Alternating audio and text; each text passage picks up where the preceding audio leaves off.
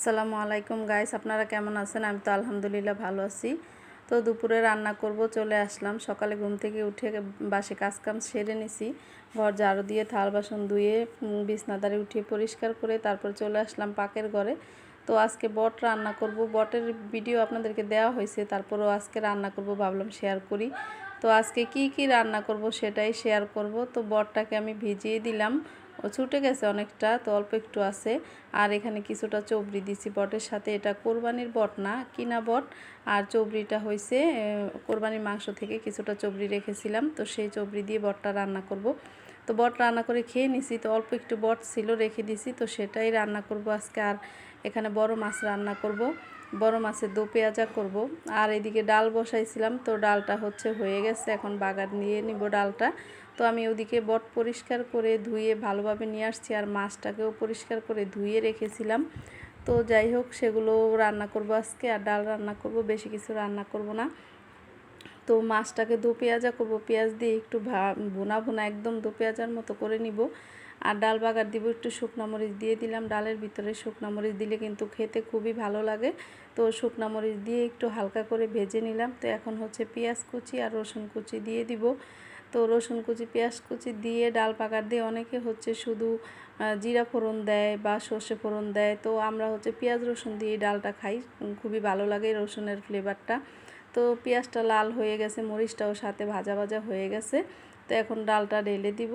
তো অল্প একটু ডাল দিয়ে তারপরে ওই হাঁড়িতে আবার ঢেলে দিব, আর বেশি ডাল দিব না। তো এইভাবে হয়ে গেছে ডাল বাগারটা। তো এখন আমি রান্নাটা বসিয়ে দিব। বটটাকে ধুয়ে পরিষ্কার করে নিয়েছি ভালোভাবে, যেহেতু এটা ধুয়েই পরিষ্কার করে ফ্রিজে রাখা হয়, তারপরও বের করলে আবার ভালোভাবে ধুতে হয়, বটটাকে অনেকবার ধুয়ে নিতে হয়, তা না হলে একটা দুর্গন্ধ থাকে, সেজন্য ভালোভাবে ধুইতে হয় পরিষ্কার করে। আর যারা বট চুন দিয়ে পরিষ্কার করেন তাদেরকে বলি, চুন দিয়ে পরিষ্কার না করে একটু গরম পানি দিয়ে পরিষ্কার করে দেখবেন, বটটা খেতে কিন্তু ভীষণ মজা। আর যদি চুন দিয়ে পরিষ্কার করেন তাহলে কিন্তু বটটা খেতে একটুও মজা হয় না, লাল লাল হয়ে যায়। রান্নার পরে কীরকম কালার টকটকে লাল হয়ে যায়, দেখতেও ভালো লাগে না। তো আমি এখানে গরম মশলা দিয়ে দিলাম, তেজপাতা, এলাচ আর দারচিনি দিয়ে দিছি, আর এখানে পেঁয়াজ দিয়ে দিলাম। তো অনেকটা পেঁয়াজ আনছিল, আমি অনেকটা পেঁয়াজ কুটে ঢিপে রেখে দিছি, তো সেগুলোকে এখন বের করে করে খাচ্ছি। তো এটা কাজটা একটু আগিয়ে যায় আর কি, মানে এগিয়ে যায় যদি পেঁয়াজটা কুচি করে রেখে দেওয়া হয়, তাহলে মনে হয় অর্ধেক কাজ কমে গেল। পেঁয়াজ কুচি করতে কিন্তু অনেকটা টাইম লেগে যায়। তো বেশিরভাগ পেঁয়াজ দিয়ে রান্না হয়, পেঁয়াজ বেশি লাগে, সেজন্য পেঁয়াজটা সময় পেলে করি কি, পেঁয়াজটা কুচি করে তারপরে ডিপে ভরে রেখে দেই। তো এখানে মশলা দিয়ে দিতেছি বট রান্না করার জন্য। আমি হলুদের গুঁড়া দিয়ে দিলাম, মরিচের গুঁড়া, ধনিয়া গুঁড়া, আর জিরা, আর গরম মশলা গুঁড়া দিয়ে দিব।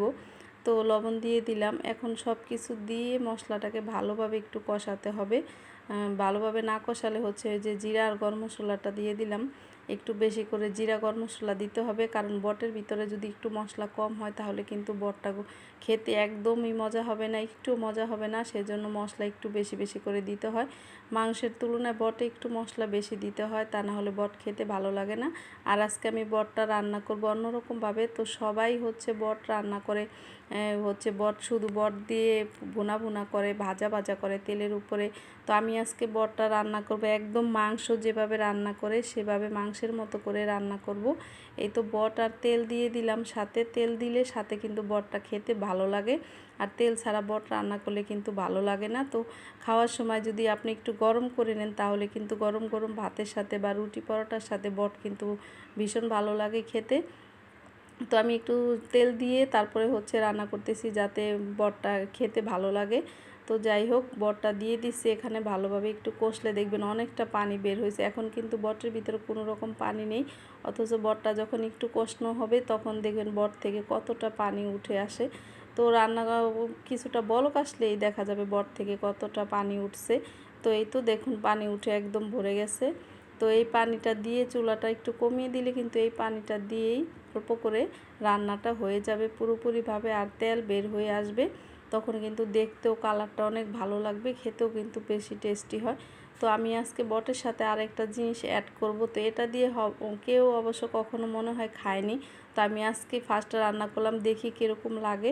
তো দেখলাম না, আসলে খেতেও দারুণ হয়েছে, বেশ মজা হয়েছে খেতে। তো ওই তো বটটা আমার কষানো হয়ে গেছে, এখন আমি বটের সাথে আলু দিয়ে দিব। তো আলু দিয়ে কেউ অবশ্য কখনো মনে হয় খায়নি, কারণ বট বেশিরভাগই মানুষ ভুনা করে আর ভাজা ভাজা করে খায়। তো আমি এখানে একটা আলু কিউব করে কেটে নিছি, বটের সাথে দিয়ে দিব। তো বটটা মাংসর মতো করে রান্না করব আজকে, আমি ভাজা ভাজা করব না আর তেলের উপরেও একদম ভুনে নিব না। তো হালকা একটু ঝোল থাকবে, তারপরে আমার বটটা হয়ে যাবে। এখন বটটাকে আলু দিয়ে একটু কষিয়ে নিব, তারপরে হয়ে যাবে। আর একটু ঝোল রাখবো হালকা হালকা, যেহেতু আমি বলছি মাংসর মতো করে আজকে বটটা রান্না করব। তো সেজন্য এভাবে আপনারা কিন্তু বট ট্রাই করে দেখতে পারেন, ভীষণ মজা হয়েছিল বটটা। তো দেখুন ঝোলটাও পেঁয়াজ দিছি সেজন্য একটু ঘন হয়েছে অনেক, আর আলুটা দিছি একদম মাংসের কালারটা চলে আসছে, খেতেও কিন্তু ভীষণ মজা হয়েছিল। তো এইভাবে রান্না করে দেখবেন আপনারা, অনেক ভালো লাগে। আর আমি এই বটটা হয়ে গেছে প্রায়, এখন নামিয়ে তারপরে হচ্ছে মাছটা ভেজে দু পেঁয়াজা করে নিব। তো ভিডিওটা পুরোপুরি দেখবেন, দেখে তারপরে বলবেন কেমন হলো, কমেন্ট করে জানাবেন। ভালো লাগলে শেয়ার করে দিবেন, লাইক দিবেন, সাবস্ক্রাইব দিবেন। আর পেজে দেখে থাকলে ফলো দিয়ে লাইক দিয়ে সাথেই থাকবেন। তো এই তো বটটা রান্না হয়ে গেছে, একদম সুন্দর করে রান্না করে নিয়েছি মাংসর মতো করে। আর এখানে হচ্ছে মাছটা ভেজে নিব। তো এখানে বড় সাইজের একটা সিলভার কাপ মাছ আনা হয়েছিল, তো সেখান থেকে আমি কয়েক পিস নিয়ে নিছি। মাছটাকে দু পেঁয়াজা করব পেঁয়াজ দিয়ে। সব সময় তো আমরা হচ্ছে তরকারি দিয়ে রান্না করে খাই, তারপরে হচ্ছে পেঁয়াজ দিয়ে ভুনে খাই। তো আজকে হচ্ছে একদম পেঁয়াজ দিয়ে শুকনো শুকনো করে দু পেঁয়াজা করব। তো মাছটা কিন্তু ভীষণ মজা ছিল খেতে। তো আরেকদিন আমি রান্না করছি, দেখলাম যে না মাছটা আসলেই মজা। তো অনেকে বলে সিলভার কাপ মাছ নাকি টেস্ট না, তো আসলে না, মাছটা থেকে যখন ভাজছিলাম তখন একটা সাদা সাদা কিন্তু দুধের মতো বের হয়েছিল। তো যেই মাছ থেকে ভাজার সময় দুধ বের হয় সেই মাছটা কিন্তু খেতে ভীষণ মজা হয়। তো অনেকে হয়তো জানে না, তো এই মাছটা কিন্তু খেতে ভীষণ মজা।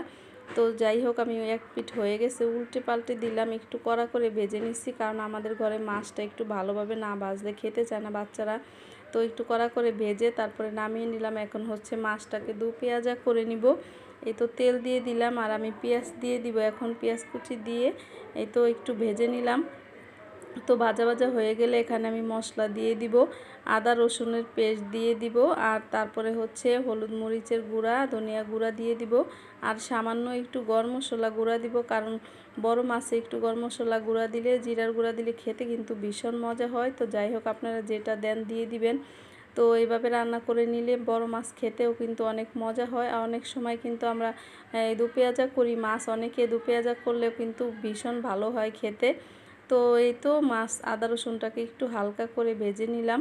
এখন হচ্ছে বাকি মশলাগুলো দিয়ে দিব, হলুদের গুঁড়া দিয়ে দিলাম, তারপরে মরিচের গুঁড়াটাও দিয়ে দিব। এক এক করে সব মশলা দিয়ে তারপরে পেঁয়াজটাকে ভালোভাবে একটু কষিয়ে নিব। তো পেঁয়াজটা ভালোভাবে কষানো হলে একটু পানি দিয়ে তারপরে মাছটা দিব, কারণ হচ্ছে পেঁয়াজটা ভালোভাবে কষানো না হলে মশলা থেকে একটা যে কাঁচা কাঁচা গন্ধ, সেই গন্ধটা চলে আসবে। তো আমি যেহেতু দু পেঁয়াজা করব, সেজন্য মশলাটাকে ভালো করে একদম কষাতে হবে।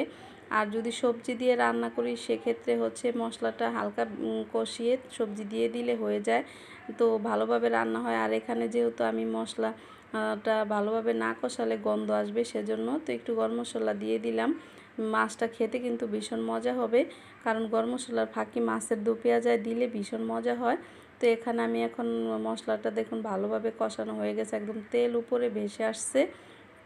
তো এখন এখানে হচ্ছে মাছগুলো এক এক করে আমি দিয়ে দিব, সবগুলো মাছ। তো মশলাটা ভালোভাবে লেগে যাতে না যায় সেজন্য একটু নাড়াচাড়া দিয়ে নিলাম। আর ভিডিও কয়েকদিন হচ্ছে আমি মাঝখানে ভিডিও দিতে পারিনি। তো প্রতিদিনই হচ্ছে রান্নাবান্না হয় কিছু না কিছু। তো যাই হোক, প্রতিদিন তো কি রান্না করি সেই ভিডিওটা আপনাদেরকে দেখাই। তো মাঝে মাঝে ভাবি যে প্রতিদিন একই ভিডিও দেখাই, অনেক সময় হতে অনেকে বোর হয়ে যায়।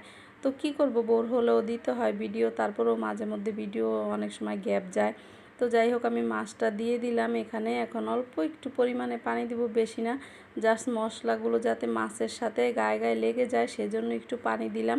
তা না হলে পানিটা না দিলে কিন্তু মাছটা মশলার সাথে অ্যাডজাস্ট হবে না। তো সেজন্য অল্প একটু পানি দিলাম, যাতে মাছটা মশলার সাথে অ্যাডজাস্ট হয়ে যায়। তো এই পানিটা শুকিয়ে একদম দো পেঁয়াজা হয়ে যাবে। তো আমি আবার মাছটাকে একটু উল্টে দিলাম, যাতে দু পিঠে ভালো করে মশলাটা লেগে যায় গায়ে গায়ে। তো এভাবে মাছ রান্না করে দেখবেন, বড় মাছ খেতে কিন্তু ভীষণ মজা হয়, এটাকে দু পেঁয়াজা বলে। তো অনেকে অনেকভাবে রান্না করে, তো আমি আমার মতো করেই রান্না করলাম। তো তেলগুলো একদম দেখুন সাইডে চলে আসছে, আর মাছটাও হয়ে গেছে পুরোপুরিভাবে। তো এইভাবে করে রান্না করে খেয়ে দেখবেন, ভীষণ ভালো লাগবে। তো নিচ থেকে একটু আমি ভালোভাবে দেখিয়ে দিচ্ছি। দেখুন পেঁয়াজটা একদম ভোনা ভোনা হয়ে গেছে, মানে একদম শুকিয়ে গেছে ঝোলটা। শুধু এখন এখানে পেঁয়াজ আর তেলটাই উপর থেকে ভেসে উঠছে। তো সাইড দিয়ে একটু হালকাভাবে একটু লাড়া দিয়ে দিলাম যাতে তলাতে লেগে না যায়। তো যাই হোক, ভিডিওটা কেমন হলো কমেন্ট করে জানাবেন। আর এখানে ভিডিওটা শেষ করে দিব। তো রান্নাটা হয়ে গেছে আমার। দেখুন কি সুন্দর হয়েছে, সব তরকারির কালারটা দেখতে কিন্তু খুবই ভালো লাগছে। ভালো থাকবেন।